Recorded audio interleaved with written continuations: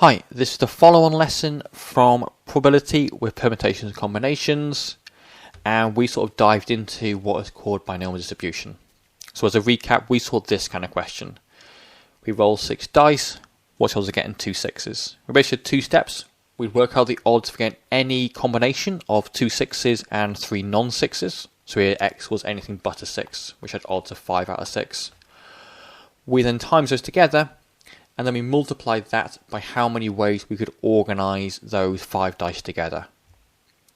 So for example, I could have 6 6 x x x. I could also have my 3 non-6s first and then my 2 6s. And so on and so forth. We could have any combination of 6s and non-6s. And it worked out, our work of permutations and combinations, it was this many ways. It was 5 factorial over 2 factorial times 3 factorial, which I think works out at 10 separate combinations. So we'd work out any one probability, which we did here, and then we'd times it by 10 for the 10 ways we could organise those 5 dice about, which left us here. And again, on our calculators, we could work this out really quickly by typing in 5C2. And just as a recap, that button was down there. So 5 shift and divide, 5C2 comes out at giving us 10. Today, we're going to basically formalise a lot of this, add some formulas to it, add a bit of notation, and also cover some slightly harder problems, but not a giant stretch. First things first, we have some notation. We have a binomial distribution with n tries, probability of success p. Rather than write that for every single question, we write it in a really compact form. So I'm going to break this down fairly quickly.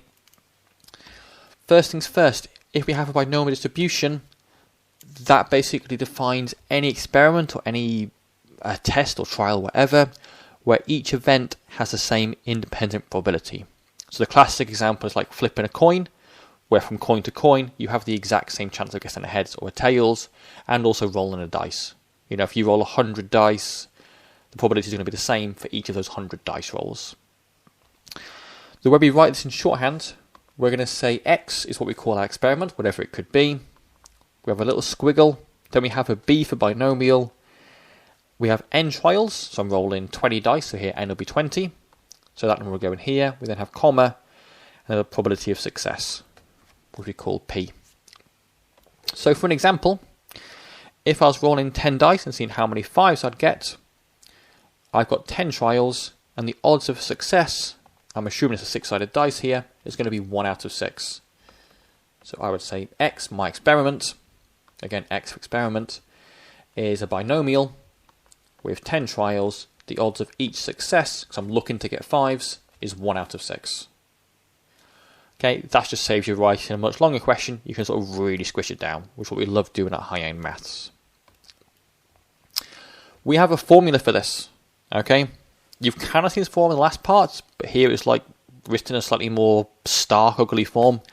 The only thing that might confuse you a tiny bit is this nx stuff here. This is the exact same as the whole choose notation. This is the same as ncx. Okay, I'm going to explain that in terms of a few examples. So here I've got a random variable x, or random experiment, which is a binomial. I've got 10 trials, and the success is 1 out of 6. So again, like rolling a 6-sided dice. We want to work out the probability that x equals 2. So that means work out the probability that we're going to get 2 6s, or we're going to succeed 2 times.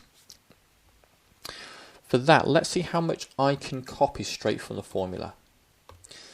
So when x equals 2, that's my little x. And my n is my number of trials. And my p is the next number here. So copying this across, we have 10 2. Okay, remember, I'm going to write that as 10 choose 2. You also sometimes see it like that, but it all means the same thing. Okay, I'm going to write like this because that's kind of what you see in a calculator. We're then going to times it by, so that's this part done, p to the x. So p is the probability of success. The odds of success here is 1 out of 6. And that's to the power of x, where x is the number of successes I want. In this question, we want two successes, so it's 1 6 squared. We then times it by 1 minus p. This 1 minus p is basically probability of failure. So if you have a 1 out of 6 chance of succeeding, that means you have a 5 out of 6 chance of failing, which is 1 take away 1 6. Again, think back to your dice roll. If you had a 1 out of 6 chance of rolling a 4, then you have a 5 out of 6 chance of not rolling a 4. And that is to the power of n minus x. That basically means if we've got 10 dice rolls and we've got 2 successes, then we must have 8 failures. This 8 failures comes from n minus x, which in our case is 10 take away 2. And that's it. That is all you need to do. From there, you can just type it in on your calculator, and that will do all the hard work for you. Okay, your only work here in these questions is to interpret what it wants you to do. Once you've done that, you can then basically just pass the baton on to the calculator, and that will do all the hard work for you. So in this case, the odds of guessing exactly 2 6s is 29% or 29.1%. Just one more question. Here, probability that x equals 10. This means I get 10 out of 10 6s. I can do it just by common sense, but I'm going to use a formula again, just show how it works in this case. So here, my x equals 10. So I've got to have 10 choose 10. Again, that means 10 choose, that little funny bracket thing there. Times p to the x. So p is 1 out of 6 and x is 10. Then times 1 minus p, which is 5 out of 6 to the power of n minus x. N and x are both 10, so n minus x is nothing. So basically I want 10 successes and no failures.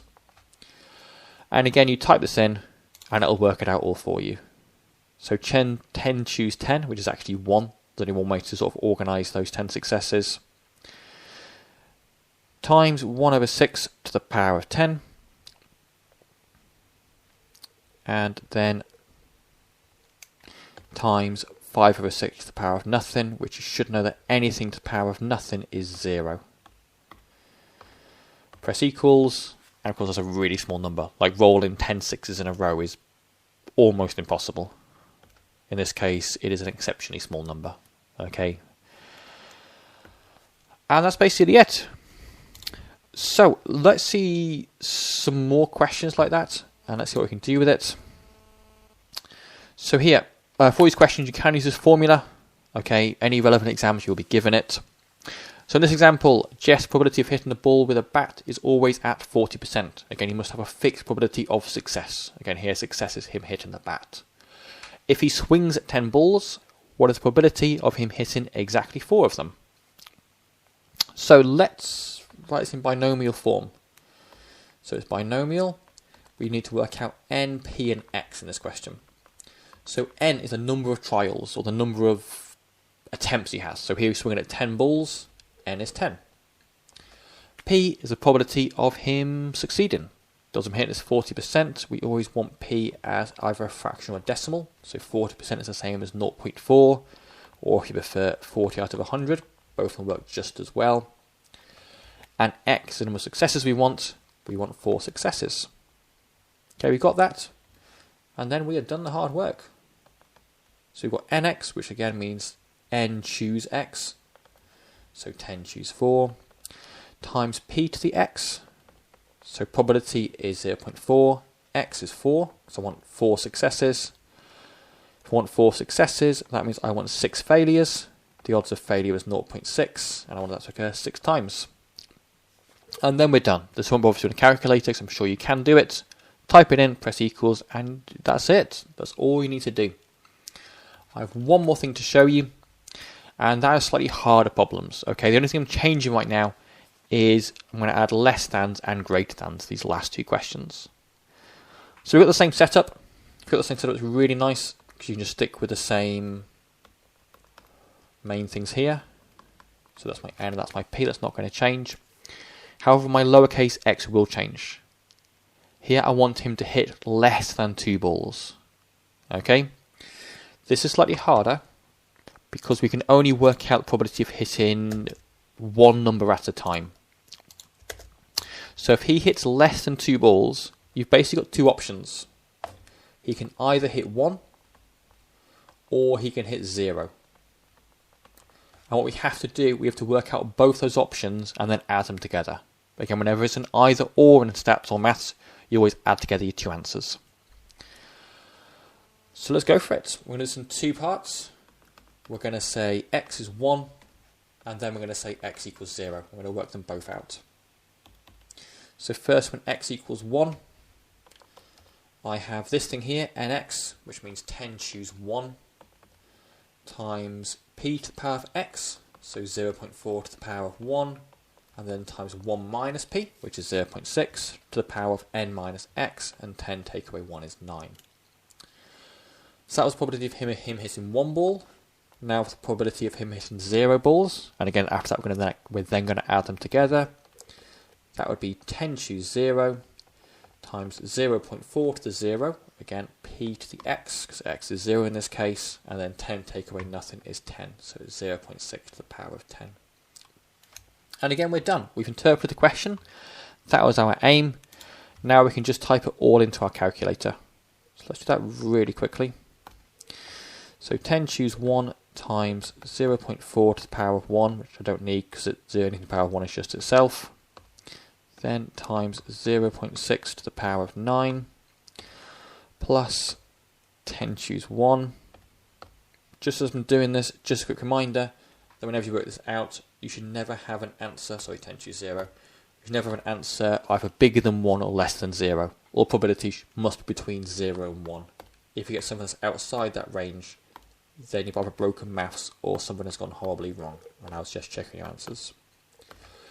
So here, the odds of both those things added together was 0.0464 if I round, or about 4.6%. And that was the probability of him hitting less than 2 balls. Okay. One more question. So here, same Jeff, same bat, same balls. Here I want to know the probability of him swinging at 10 balls and hitting more than 1 ball. Okay, so we could work this out. We could do it the same way we just did before. If he's going to hit more than 1, that means he could hit 2, he could hit 3, I'll just write down my NMP as well. He could hit 4, he could hit 5. You see where this is going. And again, we're only swinging at 10 balls, so the max you could hit would be 10. You shouldn't, but you could work all these out and add them all together, and that'll give you the right answer. Okay, but that is going to be really long, because everything takes a fair while to type in, and there are quite a lot of them to work out. What we're going to do instead is we're going to think, what's the opposite of this? So if he doesn't hit more than 1 ball, the opposite is that he either hits 1 or less. And we actually know this. We just worked this out over here. We worked out the odds of him hitting 1 ball or no balls was this number over here. Now hopefully you can see where I'm going with this. If we know the odds of him not hitting more than 1 ball is 0.0464, then therefore the odds of him hitting more than 1 ball is going to be 1 minus that. Again, both these two options must add up to 1. So if this adds up to 0.0464, then the opposite of it must be 1 take away 0.0464, which gives you the correct answer of 0.9536, just about, some rounding there. And again, if you did work out all these 8 probabilities together, that would give you the same answer. But you shouldn't do that, because you have this really handy shortcut of just working out the opposite thing and then using that instead. Okay, and that's it for this lesson.